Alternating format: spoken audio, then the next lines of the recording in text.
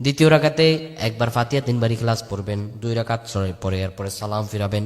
এভাবে আপনি 8 থেকে 12 রাকাত পড়ার পরে আপনি তাহাজ্জুদের সিজদায় প্রত্যেকটা সিজদার তাসবিহ পড়বেন সুবহানা রাব্বিয়াল আ'লা, সুবহানা রাব্বিয়াল আ'লা। 3 বার থেকে 5 বার এই সিজদার তাসবিহগুলো পাঠ করার পরে আপনি পড়বেন রব্বানা আতিনা ফিদ দুনিয়া হাসানাতাও ওয়া ফিল আখিরাতি হাসানা ওয়া কিনা আযাবান নার। 3 বার তাসবিহ পাঠ করার পরে 10 বার যদি তাহাজ্জুদের সিজদায় গিয়ে এই দোয়াটা পড়তে পারেন, আল্লাহ রাব্বুল আলামিন আপনার সব দোয়া কবুল আর মঞ্জুর করে দিবেন।